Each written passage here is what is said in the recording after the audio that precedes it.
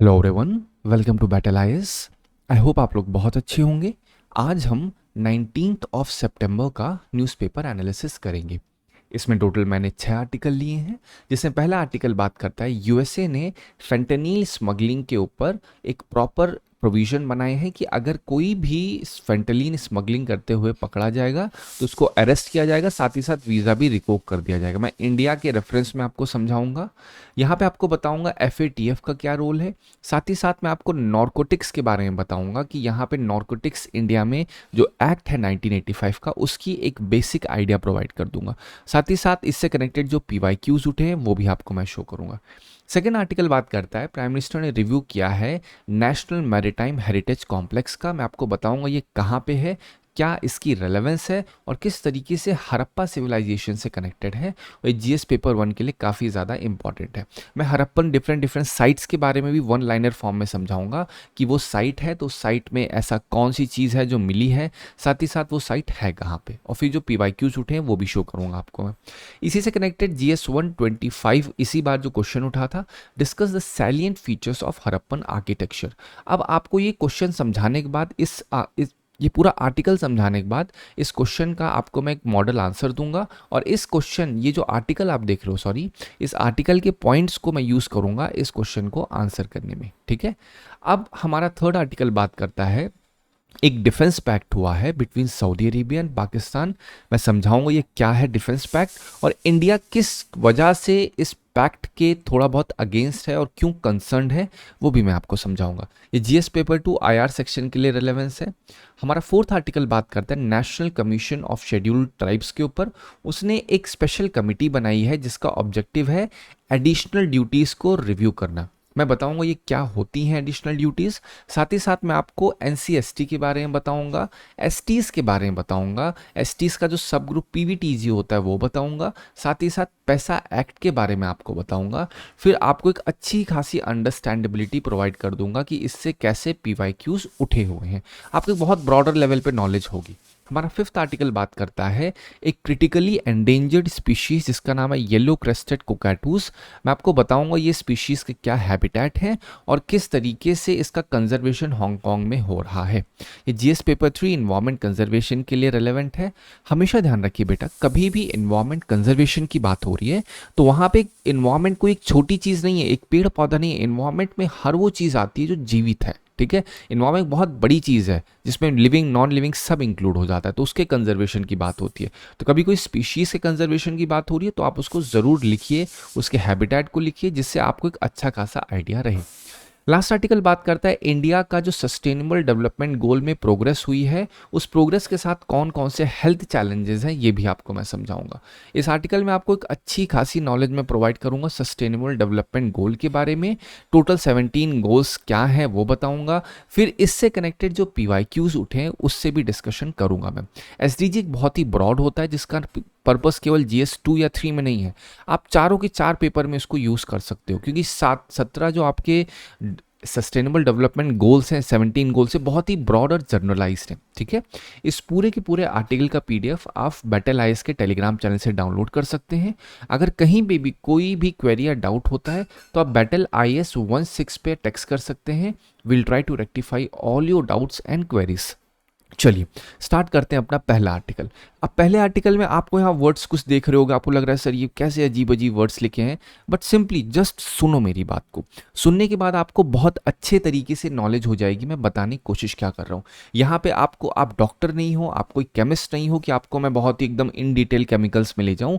मेरा ऑब्जेक्टिव है सिर्फ यूपीएससी पर्सपेक्टिव से आप क्वेश्चन सॉल्व कर पाओ, दैट्स ऑल। अगर आप 40 मिनट का या 30 मिनट का वीडियो देख रहे हैं, अगर देखने के बाद आप 2-3 पीवाईक्यूज भी नहीं सॉल्व कर पा रहे हैं, then it is all waste. अगर आप इतना पढ़ लोगे, लगे हाँ भैया कुछ तो है, लेकिन आप नहीं निकाल पाओगे पीवाईक्यू। अगर आप निकाल ही नहीं पा रहे हो स्टैटिक पोर्शन, देन कहीं ना कहीं गलती हो रही है और उसी को सुधार करने की जरूरत है। अब हुआ क्या है, जो यूएस की एम्बेसी है इंडिया में, उसने रिवोक कर दिया है इंडियन बिजनेस, कुछ एग्जीक्यूटिव्स हैं, उनकी जो फैमिलीज हैं, उनके वीज़ा को एब्सोल्युटली रिवोक और डिनाई कर दिया है उनका, जब इन्वॉल्वमेंट फेंटेनिल ट्रैफिकिंग में पाया गया। अब जो फेंटेनिल होता है ये एक बहुत ही पोटेंट नॉर्कोटिक ड्रग कहा जाता है जिसकी वजह से, जिसके ओवरडोज से यूएसए में बहुत ज़्यादा डेथ्स होती हैं। अब जो फेंटेनिल है वो बनता है दो चीज़ों से। आप बोलते हैं ना, आपका पाइपरिडॉन दिख रहा है, फिर पाइपरिडॉन 4, अब इन सबको मत पढ़ो, मैं एब्सोल्युटली बोल रहा हूँ। जैसे C+O2 होता है, CO2 होता है, तो इस तरह से बहुत बड़े बड़े जो केमिकल कॉम्बिनेशंस होते हैं उसमें क्या होता है, प्रिकर्सर्स होते हैं, भैया डिफरेंट डिफरेंट एलिमेंट्स को, मॉलिक्यूल्स को मिलाकर एक फाइनल कंपाउंड बनता है। तो सेम यहाँ पे भी है, ठीक है। तो बस आपको इतना ही पता होना चाहिए फेंटेनिल है क्या। ये एक नार्कोटिक ड्रग के रेफरेंस में बहुत ज़्यादा देखा जाता है, ठीक है। चलो, अब यहाँ पे एक और चीज़ देखते हैं कि ये जो स्मगलिंग है, स्मगलिंग में मतलब कहीं ना कहीं पैसा इन्वॉल्व है, मनी लॉन्ड्रिंग इन्वॉल्व होगी, तो इसके लिए ज़रूरी हो जाता है हमारे लिए पढ़ना FATF को। अब FATF है क्या ये बताता हूँ। FATF एक इंडिपेंडेंट इंटर गवर्नमेंटल बॉडी है जो कि G7 कंट्रीज़ के द्वारा 1989 में इसको एस्टेब्लिश किया गया था। इसका हेडक्वार्टर पेरिस में है और इसकी होस्टिंग OECD करता है। OECD मतलब ऑर्गेनाइजेशन ऑफ इकोनॉमिक कोऑपरेशन और डेवलपमेंट के द्वारा इसकी होस्टिंग की जाती है। ये इंडिपेंडेंट तरीके से वर्क करता है, ये आपको पता होना चाहिए, ठीक है। ग्लोबल स्टैंडर्ड सेट करता है, मनी लॉन्ड्रिंग, टेरर फाइनेंसिंग होता है, उन सब पे रोक लगाने के लिए FATF काम करता है और बहुत ही क्लोजली वर्क करता है जो डिफरेंट डिफरेंट इंटरनेशनल बॉडीज़ होती हैं, जैसे UN, IMF, वर्ल्ड बैंक और इंटरपोल के साथ। इंपॉर्टेंस क्या है FATF की? इंपॉर्टेंस ये है, वही सेम चीज़ बताई, ग्लोबल स्टैंडर्ड बनाएगा, ग्रे लिस्ट और ब्लैक लिस्ट को इशू करता है। अब अगर FATF ने किसी कंट्री को ग्रे या ब्लैक लिस्टेड कर दिया, इसका मतलब क्या होगा? इसका मतलब ये नहीं है कि उस पर कोई लीगल ऑब्लिगेशन है उस कंट्री के ऊपर, उसे कुछ करना पड़ेगा, नहीं। बस ये होगा कि जो डिफरेंट कंट्रीज हैं उस कंट्री के साथ ट्रेड कर रही हैं उसमें नाम खराब हो जाएगा। आप सोच के देखो, अगर कहा जाए आप ट्रेड हो, एक बिजनेसमैन हो, आप ट्रेड करते हो लेट्स से किसी एक एक्स कंट्री के साथ, आपको पता चलता है भैया FATF ने बोला ये एक्स कंट्री जो है अब ब्लैक लिस्टेड है, मतलब यहाँ पे टेरर फाइनेंसिंग हो रही है, मनी लॉन्ड्रिंग हो रही है, तो क्या आप उस कंट्री में जा करके अपना पैसा लगाओगे? एक साधारण सा सवाल पूछ रहा हूँ, आंसर इज नहीं। तो इस वजह से अगर FATF में किसी कंट्री को ब्लैक या ग्रे लिस्ट किया जाता है तो वहाँ पे बहुत बड़ा इंपैक्ट होता है इकोनॉमिक पर्सपेक्टिव से, ठीक है। चलो, अब मैं आपको बताता हूं कि FATF का किस तरीके से रेफरेंस है इस आर्टिकल से। FATF को मैंने पहले बताया मनी लॉन्ड्रिंग और टेरर फाइनेंसिंग को कॉम्बैट करने के लिए स्टैंडर्ड्स बनाता है। अब यहाँ पे ड्रग ट्रैफिकिंग, अब जो मनी लॉन्ड्रिंग क्यों करता है इंसान? मनी लॉन्ड्रिंग करेगा या तो टेरर फाइनेंसिंग के पर्पज से करेगा, या तो कोई इलिसिट या तो कोई गैर कानूनी काम है उसका ऑब्जेक्टिव होता है। उसमें ड्रग ट्रैफिकिंग भी तो एक मेजर है। कभी भी क्या कोई रिसिप्ट या अपनी जो इनवॉइस बना तो उसमें लिखता है भैया ये ड्रग्स हम ले जा रहे, नहीं, वो हमेशा रिसिप्ट या इनवॉइस में फेक चीज़ लिखी जाती है और उसके माध्यम से पैसा इधर से उधर ट्रांसफर होता है। तो ड्रग ट्रैफिकिंग जैसे फेंटेनिल स्मगलिंग, उसमें कहीं ना कहीं मनी लॉन्ड्रिंग इन्वॉल्व होती है, उसमें FATF भी इन्वॉल्व है। इस वजह से इंडिया के लिए भी ज़रूरी हो जाता है कि वो इस चीज़ को टैकल करे। नहीं तो अगर कभी भी FATF ने कुछ भी गलत बोला है, कुछ भी ऐसा बोला क्रिटिकल इंडिया के बारे में, तो इंडिया की जो इकोनॉमिक इमेज है, इंडिया की जो स्टॉक मार्केट है, उसके ऊपर ही बहुत इम्पैक्ट पड़ सकता है। आपने रिसेंटली देखा होगा जब जापान के प्राइम मिनिस्टर ने इस्तीफा दिया तो कितनी ज़्यादा वहाँ की स्टॉक मार्केट वोलेटाइल हो गई। वहाँ के इन्वेस्टर्स, कुछ इन्वेस्टर्स ने बहुत पैसा लगाया, कुछ इन्वेस्टर्स अपने पैसा निकाल लिया।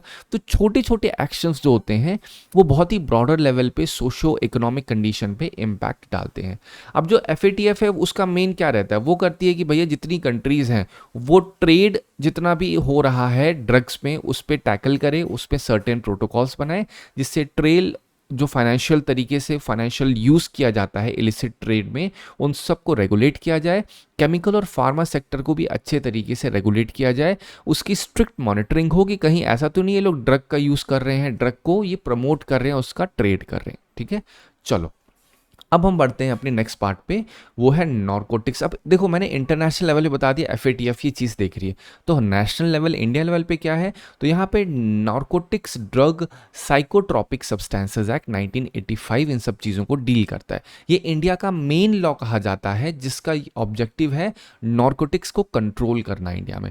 ये प्रोहिबिट करता है production, possession, transport, sale, consumption of narcotic drug और psychotropic substances except for medicinal और साइंटिफिक पर्पसेस, ठीक है। आपको पता हो कभी अगर कोई ऐसा ड्रग है जहां पे थोड़ा बहुत नार्कोटिक्स कंपोनेंट होगा, तो अगर आप वो मेडिकल स्टोर पे जाओगे तो बोलेंगे भैया आप हमें प्रिस्क्रिप्शन दिखाइए डॉक्टर का, तभी वो आपको देते हैं। अब पेनल्टीज क्या है, बहुत ही स्ट्रिक्ट है। कभी कभी बहुत स्मॉल भी होती हैं, लेकिन कभी कभी लास्ट पेनल्टीज 10 से 20 साल तक की इम्प्रिजनमेंट भी होती हैं।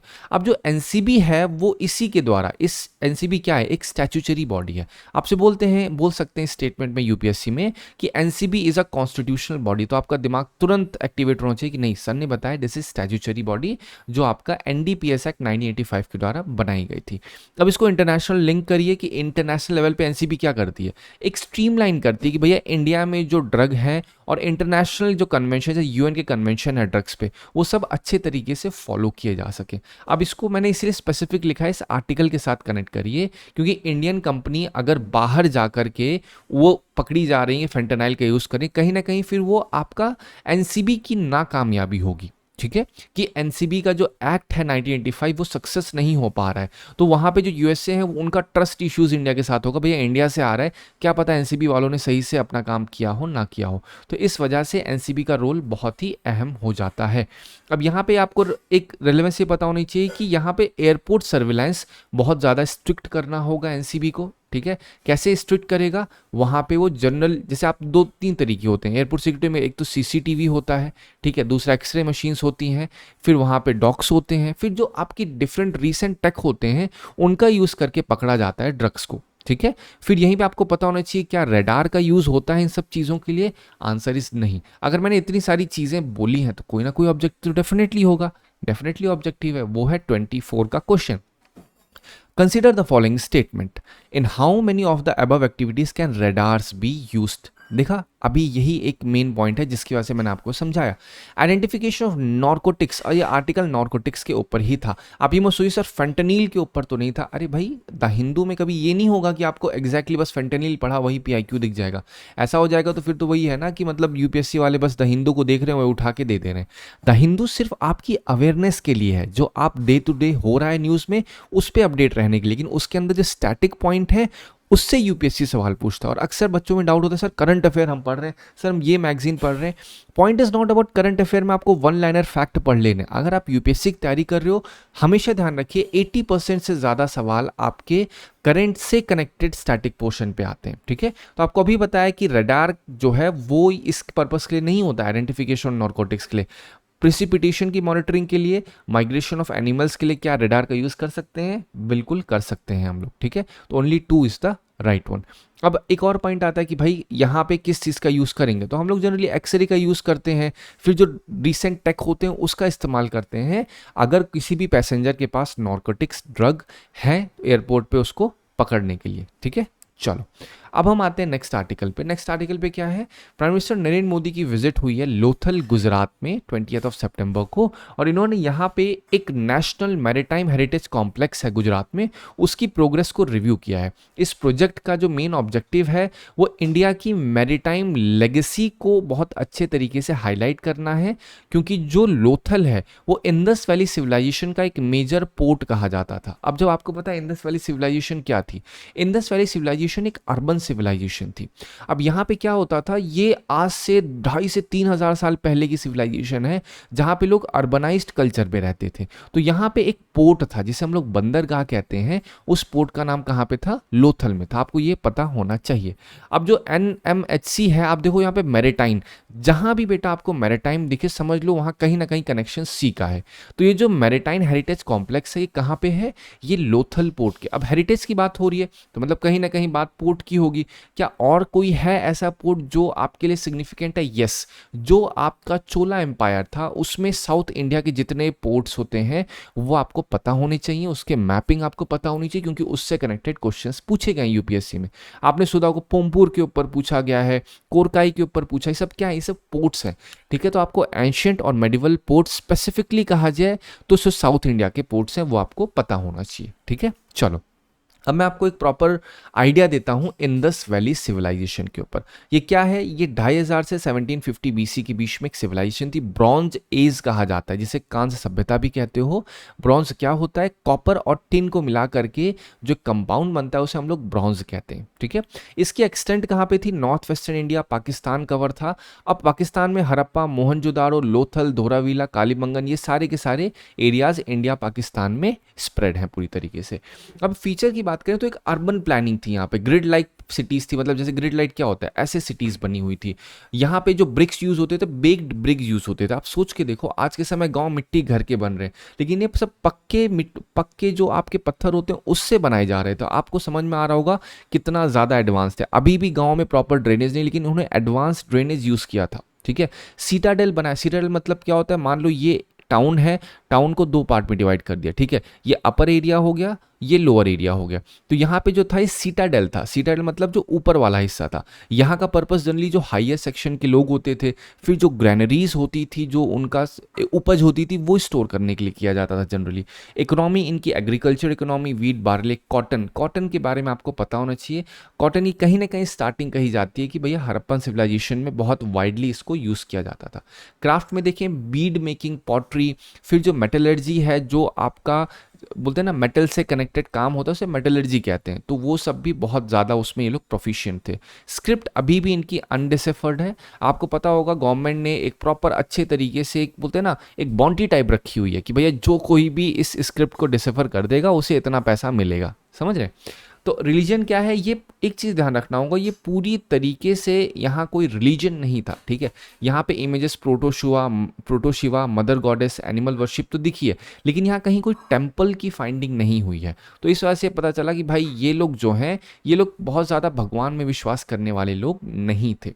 ठीक है, सिग्निफिकेंस इसका ये वर्ल्ड की one of the earliest urban civilisation कही जाती है, जिसको उसकी प्लानिंग और मैरीटाइम ट्रेड के लिए जाना जाता है। जैसे मैरीटाइम ट्रेड आएगा आपको पता होना चाहिए लोथल का सिग्निफिकेंस। ठीक है, ये आपको मैंने एक ओवरव्यू दे दिया इंडस वैली सिविलाइजेशन को। 2 से 3 मिनट में इससे ज़्यादा बताना इज अभी उसके लिए अगेन द हिंदू समरी हो रही है, तो यहाँ पे मुझे टू द पॉइंट चीज़ें रखनी है। अब यहाँ पे बात कर लेते हैं national maritime heritage complex Lothal में है। ये कहाँ पे बनाया गया है, जहाँ पे ancient Indus valley port city थी, वो कौन सी है, लोथल। ये क्या करेगा, ये जो बनेगा कॉम्प्लेक्स, ये शो करेगा इंडिया की maritime history, trade, naval strength. एक म्यूजियम बनाया जाएगा, रिसर्च R&D हब बनाया जाएगा, और इससे क्या होगा, हेरिटेज कंजर्वेशन अच्छे से किया जाएगा।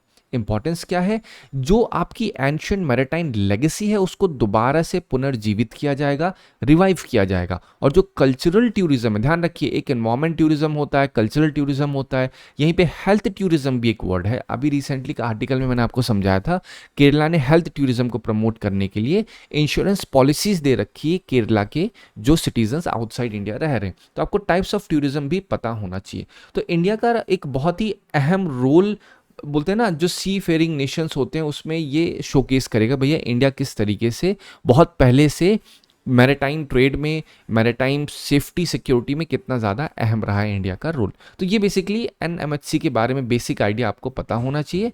अब हम देखते हैं हड़प्पा की कुछ सिटीज़ के बारे में। ठीक है, ये जो आपके सामने मैप दिख रहा है NCERT से उठा है, ऐसा नहीं मैं कहीं से एकदम आउट ऑफ द बॉक्स लेके आ रहा हूँ सर आप तो बहुत अलग लेके, मैं अलग नहीं लेके आ रहा हूँ, बहुत ही बेसिक चीज़ लेके आ रहा हूँ। और अगर इससे क्वेश्चन आ जाता है तो ये नहीं सुना सर आपने जो पढ़ा है वही है, नहीं मैं बिल्कुल नहीं कह रहा हूँ, मैंने सिर्फ और सिर्फ प्रोबेबिलिटी के अकॉर्डिंग बता रहा हूँ।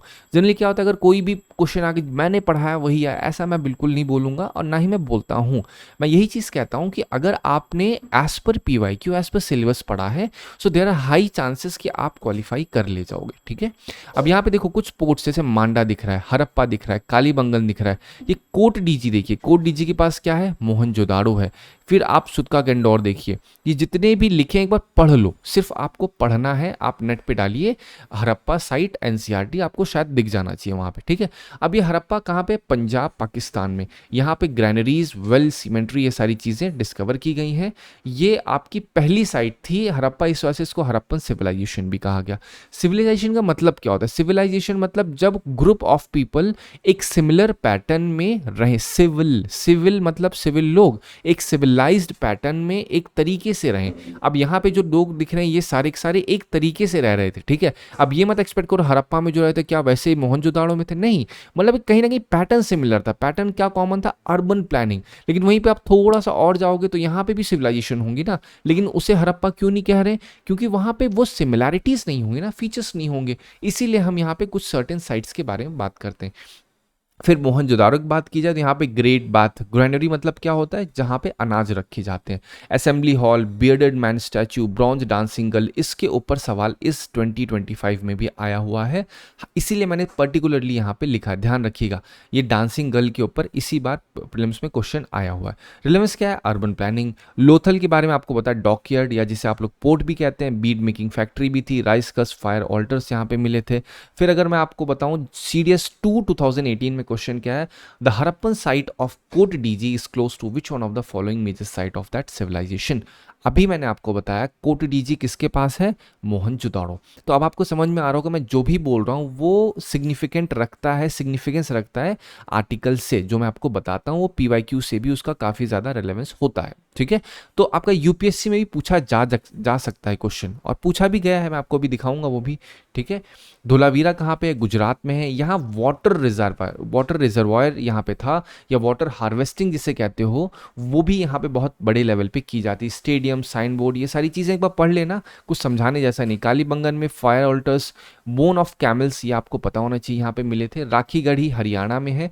आप साइट पढ़ो, साइट है कहाँ पे वो पता होना चाहिए, आसपास की साइट जो उससे कनेक्टेड है वो भी आपको पता होना चाहिए। ये हड़प्पा की लार्जेस्ट साइट कही जनरली कही जाती है। फिर अगर हम आए UPSC 21 का क्वेश्चन, यहाँ क्या पूछा गया है कि भैया कौन सी साइट पे elaborate system of water harvesting and management of building bye series of dams था। तो आसानी से बोलोगे सर धोलावीरा, अभी तो बताया मैंने, है कि नहीं, धोलावीरा है। आप देख रहे हो यहाँ पे जो आपका आर्टिकल था वो कितने लाइन का था, हार्डली 7 से 8 लाइन का है। यहाँ पे कहीं पे भी धोलावीरा वगैरह नहीं मेंशन्ड है, लेकिन बात किस पे हो रही है, हड़प्पा पे। अब देखिए मैं आपको हड़प्पा से कनेक्ट करते हुए कितनी सारी चीजें ला चुका हूँ, 2 क्वेश्चन ऑलरेडी डिस्कस कर चुका हूँ मैं। ठीक है, अब यहाँ पे बनावली कहाँ है, हरियाणा में है। यहाँ पे आपको पता होना चाहिए कि बार्ले कल्टीवेशन, बीट्स, बैंगल, इसके लिए काफ़ी ज़्यादा फेमस है ये। ठीक है, अब आपका चन्हूदड़ो सिंध पाकिस्तान में आता है। देखो काफ़ी कॉमन फीचर्स हैं, कभी भी क्वेश्चन नहीं बोलेंगे भैया बीट्स कहाँ पे है, फिर यहाँ पे बार्ले कहाँ पे, ये सब चीज़ें नहीं पूछी जाएंगी। सिर्फ एक पॉइंट में आपके दिमाग में होना चाहिए, लोकेशन पता हो, कुछ पर्टिकुलरली स्पेशल चीज़ होगी जो यूनिक है केवल उसी साइट के लिए, वहीं से क्वेश्चन पूछे जाते हैं। ठीक है, जैसे आपको मैंने कहा डांसिंग गर्ल, तो वो चीज़ पूछी गई। अब UPSC 2009 का क्वेश्चन देखो, विच one of the following is not a Harappan site.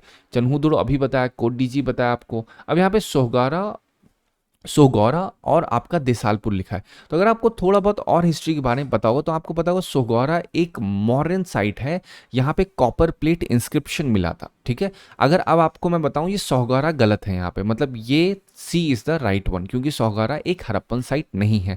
तो आपको पता होना चाहिए सोगौरा के बारे में भी। तो सोगौरा क्या है, एक विलेज है जहाँ पे ऐसे कॉपर प्लेट आप देखते हो सर, कॉपर प्लेट इंस्क्रिप्शन, अरे भैया कुछ नहीं है, एक कॉपर की थाली है मान लो, और उसी थाली पे क्या कर दिया, ये सारी चीज़ें बना दी गई हैं, और उसी को इंस्क्रिप्शन कहते हैं। कॉपर प्लेट मतलब कॉपर की थाली पे इन्होंने ये सारे चित्र बना दिए, उसी को कॉपर प्लेट इंस्क्रिप्शन कहते हैं। गोल्ड प्लेट कहा जाए तो गोल्ड प्लेट पे इंस्क्रिप्शन डाले गए हैं। यही तरीका होता है। अक्सर लगता है सर हमें ब्रॉन्ज प्लेट नहीं समझ आ रहे, प्लेट मतलब वही थाली भैया, अब इस थाली में खाना खा लो, इस प्लेट में इंस्क्रिप्शन कर दो, मतलब कुछ आप ढांचा बना दो। तो जो सोगौरा है ये मॉडर्न पीरियड में कहा जाता है, इसमें ब्राह्मी और प्राकृत लैंग्वेज का यूज़ किया गया था, और ये इंस्क्रिप्शन बहुत ही क्रूशियल नॉलेज प्रोवाइड करता है कि उस समय एडमिनिस्ट्रेटिव औपचारिक स्टेप्स क्या होते थे, किस तरीके से पब्लिक वेलफेयर किया जाता था, और किस तरीके से अगर उस समय कोई क्राइसिस होती थी उसको कैसे टैकल किया जाता। तो आपको मैं सोगौरा के बारे में अच्छी खासी नॉलेज प्रोवाइड कर दी। अब बढ़ते हैं हम लोग इस क्वेश्चन के ऊपर जो आपसे इस बार अभी पूछा गया था। ठीक है, अब हड़प्पन सिविलाइजेशन के बारे में क्या पूछा, अभी 25 में पूछा गया, discuss the salient aspects of Harappan architecture, यही तो पूछा गया। अभी आपको दिखाया, मैंने क्वेश्चन नहीं लिखा है, तब उसके पैटर्न को देखो। तो यहाँ पे पहले आपको इंट्रोड्यूस करना है हड़प्पन सिविलाइजेशन क्या है। Harappan civilisation earliest example show करती है अर्बन आर्किटेक्चर का।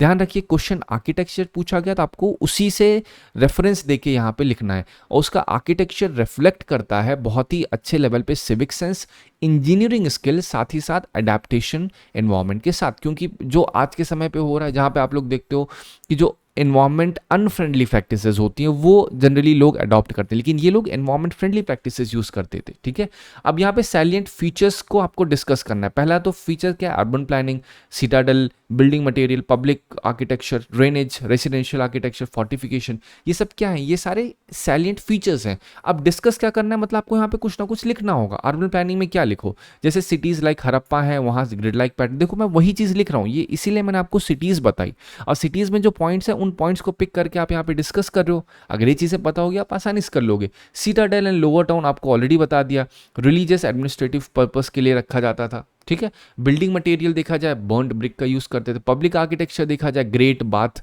मोहनजोदाड़ो में था, यही तो है आर्किटेक्चर। और क्या आर्किटेक्चर में कोई टेम्पल थोड़ी दिखेगा वहाँ पे। ड्रेनेज पैटर्न देखा जाए तो ये लोग आज के समय देखो म्यूनिसिपल एरिया में एक तरफ नाली है तो 10 नालियाँ और खुली हैं, लेकिन यहाँ पे क्या है, यहाँ पे ड्रेनेज पैटर्न ऐसा नहीं था, बहुत ही ज़्यादा सैनिटेशन पे ध्यान रखते थे। अगर एक नाली है, एक वॉशरूम है, तो अगर बगल से नाली जा रही है उसको ढक देते थे, ठीक है। और ये लोग पैटर्न्स पे बना, मान लो ये एक नाली है, ठीक है, और नाली में क्या करते, बीच बीच में ब्लॉक्स ऐसे ओपनिंग डाल देते थे लोग। ओपनिंग डालने का मतलब क्या, मान लो यहाँ कहीं ब्लॉकेज हो गया, ठीक है, तो ब्लॉकेज अगर हो गया है तो यहाँ पे जो पाइप है ये खोल देंगे, इससे पानी पूरा यहाँ निकल जाएगा। जरूरी नहीं कि पूरा का पूरा ब्लॉकेज यहाँ तक आए। और ये चीज़ें आप सोच के देखो, आज के समय म्यूनिसिपल कॉर्पोरेशन इस चीज़ को उतना अच्छे से नहीं इंप्लीमेंट कर पा रहा है जो आज से 3000 साल पहले ही कर ली गई थी, ठीक है।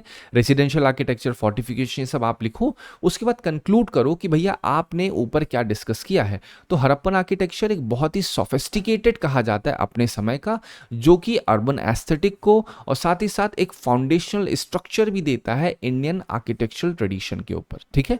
तो ये जब लिख दोगे ना आप, अगर आपका 10 मार्क्स का है तो आप आसानी से 6 से 7 नंबर एक्सपेक्ट कर सकते हो, आपको मिल जाएगा इसमें, ठीक है। आप 10 में 10 देखो, आंसर तो 10 में 10 का है, लेकिन अगेन जब आप लिखोगे तो वहां पे कहीं ना कहीं ऊपर नीचे होगा, लेकिन अगर आपने ये थीम लिखा सो डेफिनेटली ये चीज हो जाएगी कि आपको मार्क्स मिल जाएंगे उसके, ठीक है। चलो अब आते हैं अपने नेक्स्ट आर्टिकल पे। नेक्स्ट आर्टिकल बात करते हैं सऊदी अरेबिया और पाकिस्तान के बीच डिफेंस पैक्ट हुआ है, और इस डिफेंस पैक्ट में क्या कहा गया है कि भैया अगर किसी भी देश के ऊपर, मतलब अगर सऊदी अरेबिया के ऊपर कोई एग्रेशन होगा तो पाकिस्तान के ऊपर माना जाएगा वो एग्रेशन, और अगर पाकिस्तान के ऊपर किसी ने कोई एग्रेशन किया तो वो एग्रेशन माना जाएगा सऊदी अरेबिया के ऊपर। मतलब ये दोनों एक दूसरे को एक मान चुके हैं, अब ये चीज़ हो रही है।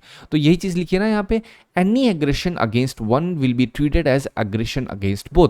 मतलब तुम मुझे मारोगे तो ये माना जाएगा तुमने मेरे पूरे परिवार को मारा हुआ है, ठीक है। तो ये चीज़ कहीं ना कहीं बहुत ही ज़्यादा कंसर्न की इंडिया ने रिस्पॉन्स दिया है कि भैया हम इस पूरे पैक्ट को पढ़ रहे हैं, समझ रहे हैं कि भैया इसका किस तरीके से नेशनल, रीजनल और ग्लोबल सिक्योरिटी पे इम्पैक्ट हो सकता है। यहाँ पे स्ट्रैटेजिक कॉन्टेक्स्ट की बात की जाए तो ये कहीं ना कहीं फॉर्मलाइज करता है जो लॉन्ग सिक्योरिटी टाइज हैं सऊदी अरेबिया और पाकिस्तान के बीच में, ठीक है। अब यहाँ पे पॉइंट क्या है, पॉइंट ऑफ कंटेंशन ये नहीं कि इंडिया पाकिस्तान का रिलेशन खराब हो रहा है, पॉइंट इज इंडिया और सऊदी का रिलेशन स्टेक पे है, क्योंकि इंडिया और सऊदी के रिलेशन में बहुत ही ज़्यादा स्ट्रांग और लेबर टाइज, एनर्जी टाइज बहुत ज़्यादा बड़ी हैं, ठीक है। अब यहाँ पे क्या है, डिफेंस कोऑपरेशन भी बढ़ रहा है, और सऊदी ने एंगेज किया है इंडिया के साथ भी डिप्लोमेटिकली इवन आफ्टर ऑपरेशन सिंदूर, है कि नहीं। तो ये सारी चीज़ें कहीं ना कहीं एक बड़े लेवल पे शोकेस करती हैं कि आखिर हम ऐसा क्या स्टेप उठाएं जिससे इस सिचुएशन को टैकल किया जा सके, ठीक है। बस इतना ही आर्टिकल में, लेकिन अब मैं थोड़ा सा स्टेप फर्दर आपको लेके चलूंगा जिससे आपको समझ में आ सके। नहीं तो आप इतना पढ़ लोगे तो आप न्यूज़पेपर में पढ़ सकते हो, मैं तो सिर्फ आपको समरी बता दी। तो अब मैं आपको बताता हूँ क्या पॉसिबल इम्पैक्ट हो सकता है इंडिया सऊदी रिलेशन के ऊपर, ये जो सऊदी और पाकिस्तान ने आपस में पैक्ट साइन किया है। आपस में दो बोलते हैं ना, ये एक हो चुके हैं। अब इन्होंने अपने आप को मान लिया कि भैया तुमको मारेंगे तो हमारे पर माना जाएगा, तुम्हें दुख होगा तो हमें दुख होगा, है कि नहीं। तो मैं तो ये भी कहूंगा कि भाई सऊदी अरब एक काम करो, फिर जितना भी लोन है आईएमएफ से दे रखा है वो भी सारा अपना मान लो, सारा का सारा लोन रीपे कर दो। वहाँ पे जो इंफ्रा है, जितनी बड़ी बड़ी ऑर्गेनाइजेशंस हैं या आप टेररिस्ट ऑर्गेनाइजेशंस हैं, नॉन स्टेट एक्टर्स हैं, उन सबको एलिमिनेट कर दो या फिर उनको भी अपने यहाँ शरण दे दी जाए फिर तो ये कहीं ना कहीं एक ब्रॉडर लेवल पे चीज़ें, अभी भी इसमें डेवलपमेंट होगा, हम देखेंगे जियोपॉलिटिक्स कैसे वर्क करेगी। बट अभी पॉसिबल इम्पैक्ट की बात करें तो पहली बात है जो ट्रस्ट इश्यूज हैं उसमें थोड़ा बहुत बोलते डामाडोल हो सकता है। फिर इम्पैक्ट हो सकता है एनर्जी और इकोनॉमिक रिलेशन पे, लेकिन अभी भी कोई इफेक्ट नहीं पड़ा है। फिर इसमें इंडिया और जो आपका सऊदी अरेबिया है उसको अपनी डिप्लोमेसी को बैलेंस करना होगा। पाकिस्तान का बीच में तो होना जायज़ है, अब रहेगा ही रहेगा, लेकिन उसमें हम किस तरीके से डिप्लोमेसी को बैलेंस करेंगे वो बहुत ज़्यादा ज़रूरी बन जाता है। डिफेंस और कॉपरेशन पे इम्पैक्ट हो सकता है, लेकिन अभी ऐसा कुछ भी नहीं, क्योंकि अब स्ट्रैटेजिक टाइज, अभी डिफेंस ऑपरेशन में क्या है, इंडिया कह रहा है भैया चलो हम वेपन दे रहे हैं, हम वेपन ले रहे हैं, लेकिन यहाँ पे सऊदी ने जो बोला है भैया अगर पाकिस्तान पे अटैक तो हमारे ऊपर अटैक, ये तो बहुत बड़ी चीज़ हो गई। फिर जियोपॉलिटिकल सिग्नलिंग भी करता है कहीं ना कहीं, ये तो वही चीज़ हो रही है जैसे इजराइल पे अटैक हो रहा है तो इसराइल पे अटैक मतलब यूएसए मान रहा है मेरे ऊपर अटैक है, B2 बॉम्बर तक भेज भेज के ईरान की जो साइट्स हैं उसको पूरी तरीके से डिस्ट्रॉय कर दिया, है कि नहीं। तो ये सारी चीज़ें क्या है, शोकेस करती हैं जो आज का जियोपॉलिटिकल जो सिचुएशन है वो कितनी ज़्यादा वॉलेटाइल हो चुकी है, कितनी ज़्यादा डायनेमिक हो रखी है। इंडिया ने इस पर कोई रिस्पॉन्स नहीं दिया। इंडिया यही बोल रहा है भैया हमारी जो टाइज हैं इकोनॉमिक लेवल पे, डिप्लोमेटिक लेवल पे, वो पूरी तरीके से अनअफेक्टेड हैं। अब यहाँ पे एक चीज़ देखो, सऊदी अरेबिया इन्वॉल्व है। सऊदी अरेबिया मिडिल ईस्ट में एक बहुत मेजर प्लेयर है, इसने पहले भी बहुत सारी चीज़ें कर रखी हैं। जैसे उसमें आता है एक अरब पीस इनिशिएटिव। 2002 में अरब पीस समिट हुई थी बेरूत में। यहाँ पे जो उस समय के सऊदी अरेबिया के क्राउन प्रिंस थे, उन्होंने इस अरब पीस इनिशिएटिव को एक्सटेंड किया था और इसमें एक ऑब्जेक्टिव रखा गया था जो इजराइल पैलेस्टीन का कॉन्फ्लिक्ट पूरी तरीके से खत्म किया जाए। की प्रपोजल रखे गए थे कि भैया इजराइल विड्रॉ करो, कहाँ से, गाजा से, साथ ही साथ पैलेस्टीन को एक सॉवरेन स्टेट डिक्लेयर करो, एक प्रॉपर सोल्यूशन निकाला जाए पैलेस्टीन के जो रेफ्यूजीज हैं उनको लेकर के, और इसके रिटर्न में इजराइल को क्या मिलेगा, अरब स्टेट्स के साथ जो रिलेशंस हैं इजराइल के वो नॉर्मलाइज कर दिए जाएंगे। ये सऊदी अरेबिया ने प्रपोज किया था, ठीक है। इसको एक बहुत ही कॉम्प्रिहेंसिव पीस फ्रेमवर्क के तरीके से देखा जाता था, जिसको पूरी तरीके से इजराइल ने नहीं एक्सेप्ट किया था और ना किया है, अभी तक भी नहीं किया हुआ है। तो इस वजह से अरब पीस इनिशिएटिव जरूरी हो जाता है आपके लिए, क्योंकि सऊदी अरेबिया इन्वॉल्व है। अगर सऊदी अरेबिया आज पाकिस्तान के साथ इन्वॉल्व हो रहा है तो हमें ये भी तो पता होना चाहिए पहले वो इजराइल के साथ भी इन्वॉल्व होने की कोशिश की थी, तो PYQ उठ सकते हैं इससे भी। अब मैंने आपको अरब पीस इनिशिएटिव बताया तो कोई ना कोई ऑब्जेक्टिव तो हो गई, मैं एमए तो नहीं बता रहा हूँ। बिल्कुल है, वो है UPSC 23 का question. Consider the following statement, Israel has established diplomatic relation with Arab states. Absolutely right. सम लिखा क्या है, सम अरब स्टेट्स, मतलब क्या एक भी अरब स्टेट के साथ कोई रिलेशन है ही नहीं इजराइल का, ऐसा तो हो ही नहीं सकता। तो स्टेटमेंट 1 इज राइट। और मैंने हमेशा कहा जब भी स्टेटमेंट लेवल 1, 2 के सवाल होते हैं that is easiest compare to elimination, ठीक है। स्टेटमेंट 2 क्या कह रहा है, the Arab peace initiative mediated by Saudi Arabia, यहां तक मैंने आपको कहा बिल्कुल सही है, was signed by Israel and Arab League. बहुत ही बेसिक सा है ना, ये तो मैंने आपको अभी बताया कि इजराइल ने इसको साइन ही नहीं किया, तो ये आपका गलत हो जाएगा, ठीक है।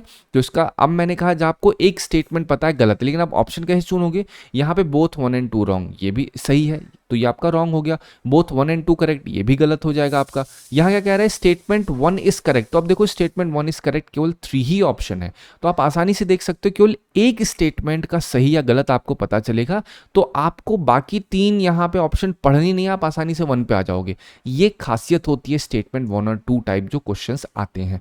अब यहीं से कनेक्टेड आपको एब्राहम अकॉर्ड भी पता होना चाहिए, आपका होमवर्क है, मैं आपको दे रहा हूँ, ठीक है। तो आपको समझ में आ रहा होगा मैं किस तरीके से आपको स्टैटिक करंट फिर उससे कनेक्टेड PYQ आपको समझाने की कोशिश कर रहा हूँ, ठीक है। अब आते हैं नेक्स्ट आर्टिकल में। नेक्स्ट आर्टिकल बात करता है national commission for scheduled tribe के पास 2005 में कुछ ड्यूटीज दी गई थी, जिन्हें 8 एडिशनल ड्यूटीज कहा गया था। ये किसने दी थी, मिनिस्ट्री ऑफ ट्राइबल अफेयर्स ने दी थी। लेकिन जो NCST है उसके पास फंड स्टाफ उतना ज़्यादा नहीं था, और जिसकी वजह से वो जो एडिशनल ड्यूटीज थी ये इंप्लीमेंट नहीं हो पाई हैं।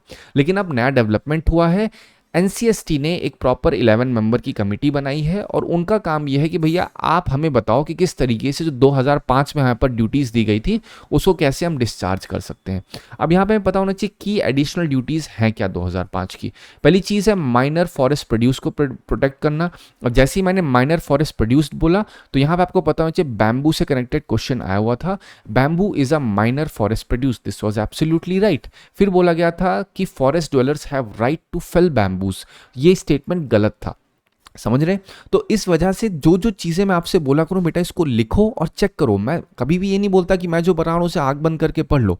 आप सब ग्रेजुएटेड पोस्ट ग्रेजुएटेड हो, ये आपकी एक रिस्पॉन्सिबिलिटी बनती है as a citizen of India, ठीक है, कि आपको जो चीज़ें बताई जा रही हैं उसको रेशनली सोचो कि आपको सही बोल रहे हैं गलत बोल रहे हैं। जब मैं बोल रहा हूँ इसको एक बार रीचेक करो, तो ज़रूर रीचेक किया करिए। रीचेक करने में कहीं ना कहीं आपको समझ में आ जाएगा और मेरा ऑब्जेक्टिव पूरा हो जाएगा, ठीक है। तो माइनर फॉरेस्ट प्रोड्यूस से PYQ पूछा गया था। फिर अब ये क्वेश्चन क्या, अभी तो मैं बात कर रहा हूँ ड्यूटीज पे, तो जो ओनरशिप होती है माइनर फॉरेस्ट प्रोड्यूस वाटर और मिनरल रिसोर्सेज की, इसको प्रोटेक्ट करने की ड्यूटी NCST को दी गई थी एडिशनल ड्यूटीज में। फिर जो लैंड एलिन लैंड से हटाया जाता है, जो शेड्यूल्ड ट्राइब्स होती हैं उनको सेफगार्ड देने के लिए बात की गई थी। अगर हटाया जा रहा है तो उनके रिहैबिलिटेशन की बात की गई थी डेवलपमेंट प्रोजेक्ट्स में। अगर कभी हटाया जाए तो डेवलपमेंट प्रोजेक्ट की बात होगी तो तुरंत आपके दिमाग में आना चाहिए निकोबार इंफ्रास्ट्रक्चर प्रोजेक्ट, जहां पे पोर्ट और एयरपोर्ट बनने की बात है, जो कि अप्रॉक्सीमेटली 71,000 करोड़ का प्रोजेक्ट है, कहीं पे 72 लिखता है, कहीं पे 80 लिखता है, पर you don't have to go with figures, ये बेसिक एक बात आपको बता रहा हूँ, ठीक है। और कौन सा आपका डेवलपमेंट प्रोजेक्ट्स है, एक है पूरी इंटरनेशनल प्रोजेक्ट।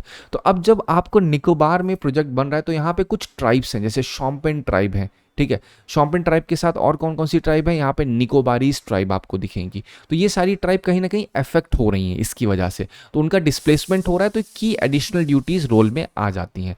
साथ ही साथ इंप्लीमेंट करना panchayat extension to scheduled areas act.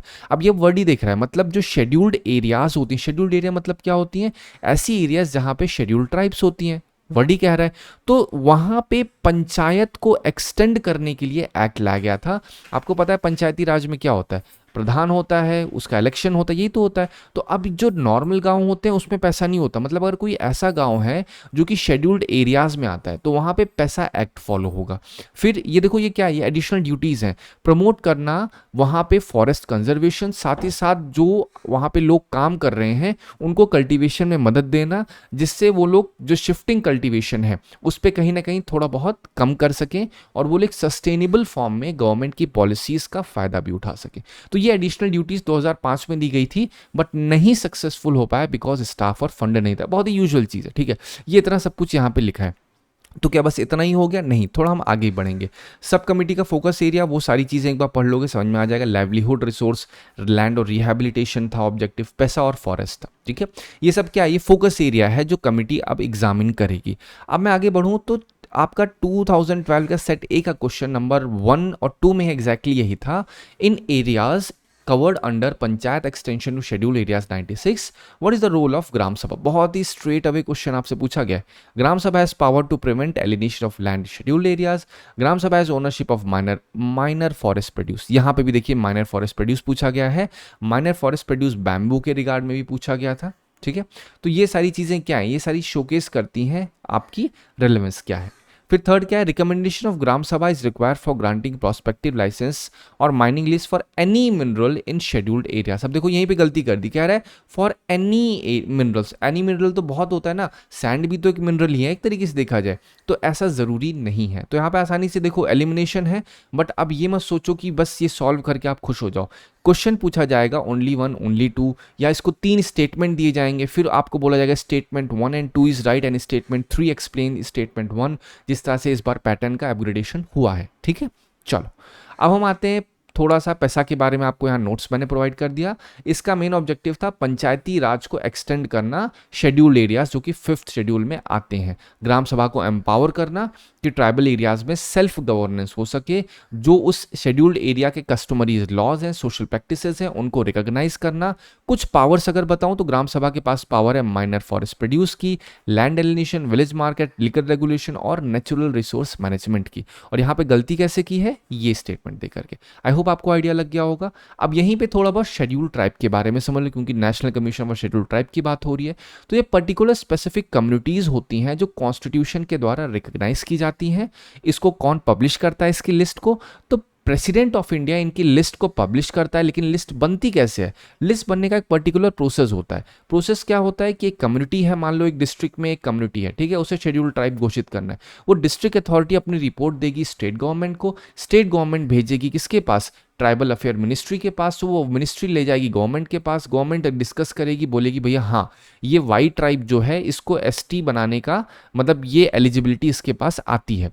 तो जब ये गवर्नमेंट पार्लियामेंट में इसके ऊपर डिस्कशन होगा, फिर वो ट्राइब को रिकॉग्नाइज कर देगी, ठीक है। और जब वो करेगा तो प्रेसिडेंट सिर्फ क्या करेगा, वो पब्लिश करेगा। लेकिन प्रेसिडेंट ऐसा नहीं कि शेड्यूल ट्राइब को बना रहा है, बनाने का तरीका प्रॉपर पार्लियामेंट्री प्रोसीजर ही होता है, ठीक है। और एक बार किसी ट्राइब को अगर इस लिस्ट में दर्जा मिल जाता है, उनको रिजर्वेशन मिलता है, वेलफेयर स्कीम्स और लीगल प्रोटेक्शन मिलता है। फिर इसी के साथ आपको शेड्यूल्ड एरियाज भी पता होना चाहिए। शेड्यूल्ड एरियाज क्या है, एक ऐसी एरियाज जहां पे शेड्यूल्ड ट्राइब्स रहते हैं, आसान सी भाषा में, है कि नहीं, जहां पे ट्राइबल पॉपुलेशन का हाई कॉन्सेंट्रेशन है। तो सोचते हैं भाई साहब क्यों ही ट्राइब बनाओ, एक काम करो पूरे एरिया को शेड्यूल्ड एरिया ही बना दो। जहां पे आपका 100 अगर पॉपुलेशन है, 100 लोग रह रहे हैं, उसमें अगर 10-20 है तो इनको शेड्यूल्ड ट्राइब बनाओ। लेकिन अगर यहाँ पे 90 लोग पूरे के पूरे एक ही उससे बिलोंग कर रहे हैं, तो एरिया को ही घोषित कर दो उठा करके शेड्यूल्ड एरिया और डाल दो पैसा में। इससे क्या होगा, सेल्फ गवर्नेंस भी होगी और यहाँ पे इनका वेलफेयर भी चलेगा। साथ ही साथ 6th शेड्यूल में देखो, जो 5th और 6th शेड्यूल में बेसिक डिफरेंस होता है, 6th शेड्यूल में क्या होता है, जहाँ पे ट्राइबल पॉपुलेशन का हाई कॉन्सेंट्रेशन हो। लेकिन 6th शेड्यूल में भी वही सेम चीज़ होती है, ट्राइबल पॉपुलेशन का हाई कॉन्सेंट्रेशन होता है, लेकिन वो केवल नॉर्थ ईस्ट के रेफरेंस में देखा जाता है। यहाँ पे क्या होता है, यहाँ पे ऑटोनॉमी दी जाती है, ऑटोनॉमस डिस्ट्रिक्ट काउंसिल्स होती हैं जो अपने खुद के लॉज, लैंड को मैनेज कर सकते हैं, फॉरेस्ट कस्टम्स को बना सकते हैं, और ट्राइब्स के पास सेल्फ रूल होता है बेसिकली। ठीक है, तो ये मेजर डिफरेंस होता है। इसको समझने के लिए आप ATM स्क्वायर करके समझ सकते हो, आसाम, त्रिपुरा। ठीक है, इस तरीके से अपने दिमाग में आप बैठा सकते हो पूरी की पूरी जो आपकी ट्राइब्स हैं।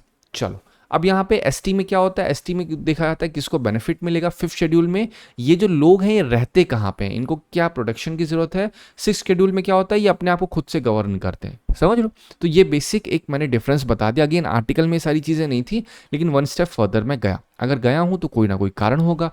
ठीक है, तो पहले समझ लो, यहाँ पे मैंने नोट्स प्रॉपर प्रोवाइड कर दिया। आर्टिकल 342(1) इस चीज़ के बारे में बात करता है, प्रेसिडेंट के पास पावर है आफ्टर कंसल्टेशन ऑफ गवर्नर। लेकिन प्रोसेस आपको ऑलरेडी बताया, स्टेट गवर्नमेंट है, भेजेगी किसके पास, NCST के पास, ट्राइबल मिनिस्ट्री के पास, फिर फाइनली प्रेसिडेंट उसे डिक्लेयर कर देगा।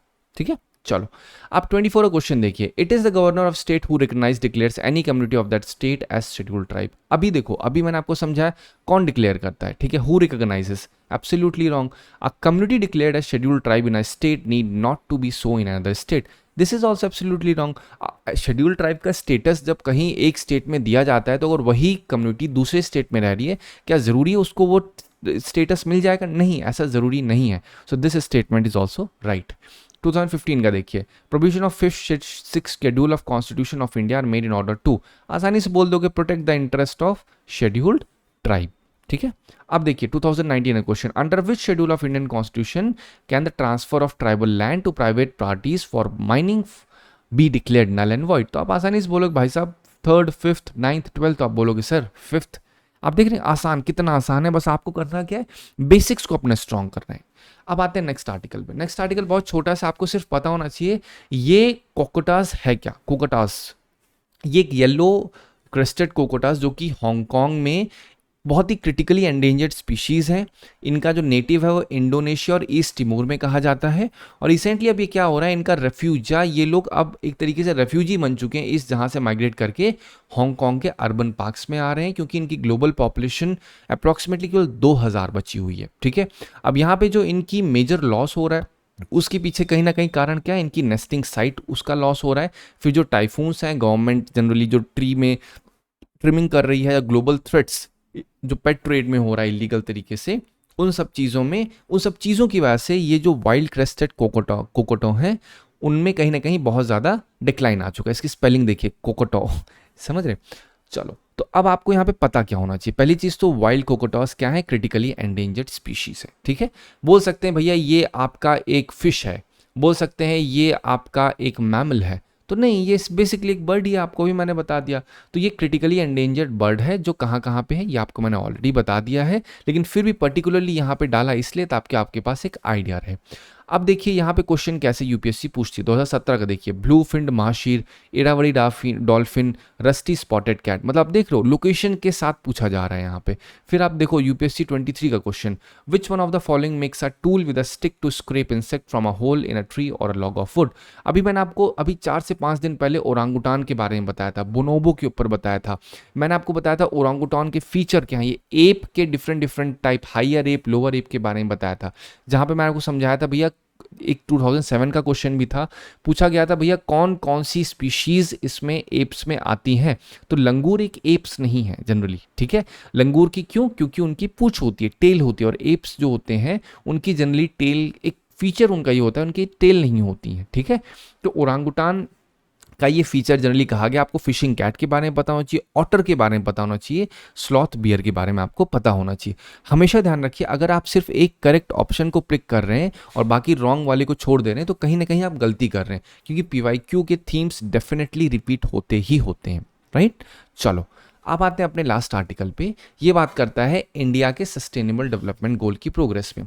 तो इंडिया को रैंक किया गया 99 आउट ऑफ 167 और ये इंप्रूवमेंट हुआ है। पहले पिछले साल 109 था, लेकिन अब इसका जो सस्टेनेबल डेवलपमेंट गोल में प्रोग्रेस है वो कहीं ना कहीं इंप्रूव हुई है, क्योंकि इंडिया में जो बेसिक सर्विसेज हैं उनका एक्सेस और उसके इंफ्रा में डेवलपमेंट हुआ है। लेकिन स्टिल कहीं मेजर गैप्स हैं। मेजर गैप्स कहाँ हैं? हेल्थ और न्यूट्रिशन अभी भी क्रिटिकल चैलेंज बना हुआ है। कहाँ पे? रूरल और ट्राइबल एरियाज में। मैटरनल मोर्टेलिटी रेशियो, मतलब जब किसी महिला की मृत्यु हो जाए बच्चे का जन्म देते समय, तो उसी को हम लोग कहते हैं मैटरनल मोर्टेलिटी। तो उस रेशियो जब हम बनाते हैं, हम काउंट करते हैं, उसी को हम लोग कहते हैं एमएमआर, जिसे मैटरनल मोर्टेलिटी रेशियो कहते हैं। तो इंडिया में करेंटली 97 पर लाख है और टारगेट ये किया जा रहा है कि 70 होना चाहिए। समझ रहे? फिर यहाँ पे अलग अलग जो क्राइटेरिया है उसमें कहीं ना कहीं इंडिया अभी लैग कर रहा है। और इस लैग के पीछे कारण क्या है? पहला कारण है क्वालिटी हेल्थ केयर का एक्सेस सबको ना मिलना। पुअर न्यूट्रिशन, हाइजीन, सैनिटेशन, ये भी एक रीज़न है। कल्चरल प्रैक्टिसेस और स्टिग्मा, ये भी एक कारण है। अभी मैंने आपको बताया था केरला ने एक प्रॉपर स्कीम लॉन्च की है, जहाँ पे वहाँ जो आपके एल्डरली लोग हैं, जो वुमेन हैं, वो लोग आपका घर में होम बर्थ कहीं ना कहीं डिक्लाइन करने के लिए उनको डीमोटिवेट किया जा रहा है कि भैया आप आइए हॉस्पिटल में बच्चे का जन्म दीजिए। जनरली जो वुमेन्स होती हैं वहाँ केरला में, तो उनको जब बहुत ज़्यादा अवेयर किया जाता है आयुर्वेदा के द्वारा, उनको वो लोग कहते हैं भैया आप लोग अपनी जो बहुत पौराणिक जो हमारी पहले के सिद्धांत है उनको फॉलो करिए, घर पे ही जन्म दीजिए। उससे कई महिलाओं की डेथ हो रही थी। ठीक है, तो केरला गवर्नमेंट ने एक स्ट्रिक्ट मेजर लिया है कि वुमेन को एक प्रॉपर केयर मिलना ज़रूरी है, जिससे जो एक्सेसिव ब्लीडिंग होती है ड्यूरिंग प्रेगनेंसी वो कहीं ना कहीं अच्छे तरीके से रोकी जा सके। ठीक है, तो ये कहीं ना कहीं मैं आपको समझा दिया एसडीजी के बारे में, क्या प्रोग्रेस है, क्या हेल्थ चैलेंजेस है, पूरा एडिटोरियल था। इसमें मेन पॉइंट आपको पता होना चाहिए कि इंडिया की रैंक क्या है और क्या क्या गैप्स हैं, क्योंकि यहीं से देखिए, हमेशा ध्यान रखिए, आप बहुत 200-600 पन्ने किताब खोल के बैठोगे ना बेटा, मैं आपको एसडीजी के बारे में बता रहा हूँ, पक्का किसी न किसी कोचिंग ने 200-250 पन्ने की एसडीजी किताब निकाली होगी, लेकिन पॉइंट इज कि आप क्या करोगे 200-250 पन्ने की किताब? भाई साहब, आपके सामने तो क्वेश्चन, तो रियलिटी यही है ना, 10 मार्क का क्वेश्चन आएगा, 15 मार्क का क्वेश्चन आएगा, 15 मार्क के क्वेश्चन में 250 वर्ड लिखने होंगे और 10 मार्क क्वेश्चन में 150 वर्ड होंगे। 10 मार्क का क्वेश्चन जो होगा 2 पेज में कवर हो जाएगा, 15 वाला 3 में कवर हो जाएगा। अब आप खुद सोच के देखो कि आपको 150 वर्ड आपको निकालने हैं, इन 200 पन्नों की बुक से निकाल पाओगे? Answer is absolutely wrong. तो आप अपने आप को फिलोसोफर, जोग्राफर, जर्नलिस्ट, एडिटर नहीं बनाइए, आप अपने आप को टू द पॉइंट रखिए। इसीलिए मैं जब भी कोई समरी बता रहा हूं तो एक फ्रेमवर्क में बताता हूं क्वेश्चन आंसर के, जिससे आपको एक आइडिया लगता रहे। ठीक है, चलो कुछ मेजर्स जो प्रपोज की गई, कैसे इंप्रूव हो सकता है। Universal health insurance already government ने कर रखी है, जैसे आप लोग आयुष्मान भारत देखते हो। आयुष्मान भारत डिजिटल मिशन के 2 हिस्से हैं, वो भी मैंने आपको समझाया हुआ है। फिर जैसे आपको मैटरनल मोर्टेलिटी रेशियो मैंने बताया, तो बेटा इससे कनेक्टेड भी पीवाईक्यू आया जनानी सुरक्षा योजना के ऊपर। ठीक है, ये आप डालना, तो ये उसी के रेफरेंस में है जो आपका मैटरनल मोर्टेलिटी होती है। प्राइमरी हेल्थ केयर को और ज़्यादा उसकी क्वालिटी बढ़ाना, साथ ही साथ डिजिटल हेल्थ टूल को और ज़्यादा अच्छे से रूरल एक्सेस देना, कंपलसरी हेल्थ एजुकेशन भी स्कूल में देना जो कि कवर करे न्यूट्रिशन, हाइजीन, रिप्रोडक्टिव और मेंटल हेल्थ को। जो डिजिटल हेल्थ टूल है वो अगर मिलेगा रूरल एरियाज में तो कहीं ना कहीं ब्रॉडर लेवल पे प्रॉब्लम सॉल्व होगी। अब जैसे डिजिटल हेल्थ टूल बोला, तो अभी रिसेंटली सेरिब्रो नाम का एक टूल बनाया गया था, जिसका काम था दिमाग में अगर कभी कोई इंजरी होती है उसको मेजर करना। किसने बनाया था? आपके दिमाग में आना चाहिए, आईसीएमआर। और कौन कौन है? तो ये सारे पैटर्न है, जरूर हाई चांसेस हैं इससे पूछे जा सकते हैं।